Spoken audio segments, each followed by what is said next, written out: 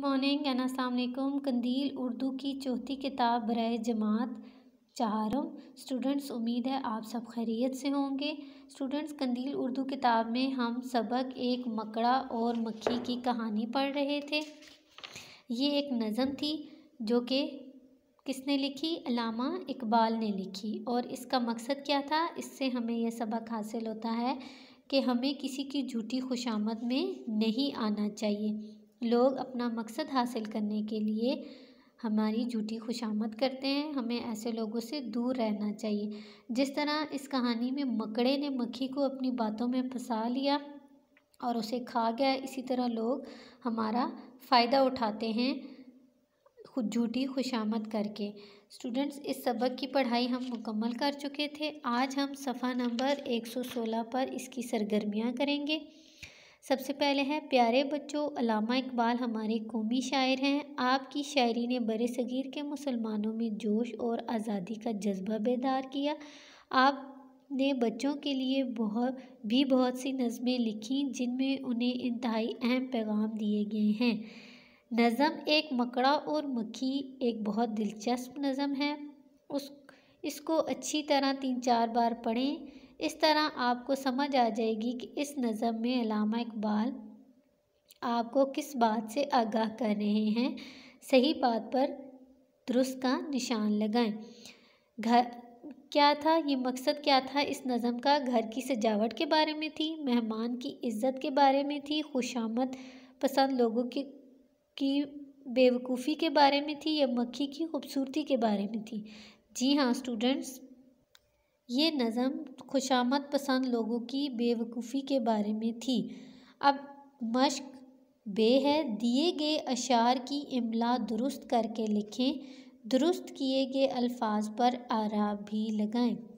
जी students, हमारे पास ये अशार दिए गए हैं, इसमें कुछ अल्फाज की इमला गलत है, हमने इसको दुरुस्त करके लिखना है। आपने भी अपनी किताब पर इसको इसी तरह से हल करना है।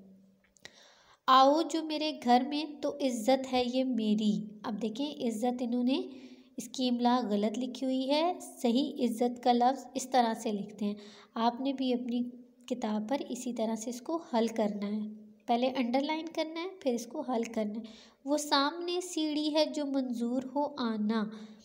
अब देखें, सामने भी गलत लिखा हुआ है, सामने की इमला गलत है, और मंजूर भी गलत लिखा हुआ है। आपने इसको दुरुस्त करके लिखना है। इस जाल में मक्खी कभी आने की नहीं है। अब मक्खी लफ्ज़ गलत लिखा हुआ है, सही तरह इस तरह से लिखते हैं। जो आपकी सीढ़ी पे चढ़ा फिर नहीं उतरा। सीढ़ी की इमला गलत है, इसको सही इस तरह लिखते हैं। लटके हुए दरवाज़ों पे बारीक हैं पर्दे। अब दरवाज़ों की इमला भी गलत है और बारीक भी गलत लिखा हुआ है। आपने इसको दुरुस्त करके इस तरह से लिखना है। दीवारों को आईनों से है मैंने सजाया। अब दीवारों भी गलत लिखा है और आईनों भी गलत लिखा हुआ है।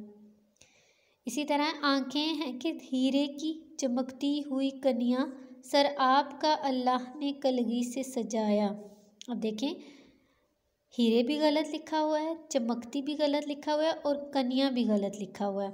इसी तरह कलगी भी गलत लिखा हुआ है। आपने इनकी दुरुस्त इमला नीचे इस तरह से लिखनी है। ये हुस्न, ये पोशाक, ये खूबी, ये सफाई, फिर इस पे क़यामत है, ये उड़ते हुए गाना। अब देखिए, हुस्न की इमला भी गलत है, पोशाक भी गलत लिखा हुआ है, और सफाई भी गलत लिखा हुआ है। आपने इसकी इमला दुरुस्त करके इस तरह से लिखनी है और आराब भी लगाने हैं। फिर इस पे क़यामत है, ये उड़ते हुए गाना। क़यामत भी गलत लिखा हुआ है और उड़ते भी गलत लिखा हुआ है। आपने इन सबको दुरुस्त करके लिखना है। ठीक है स्टूडेंट्स, आपने ये अपनी किताब पर ये सारा हल करना है और इनके आराब भी लगाने हैं और इनको याद भी करना है। Thank you.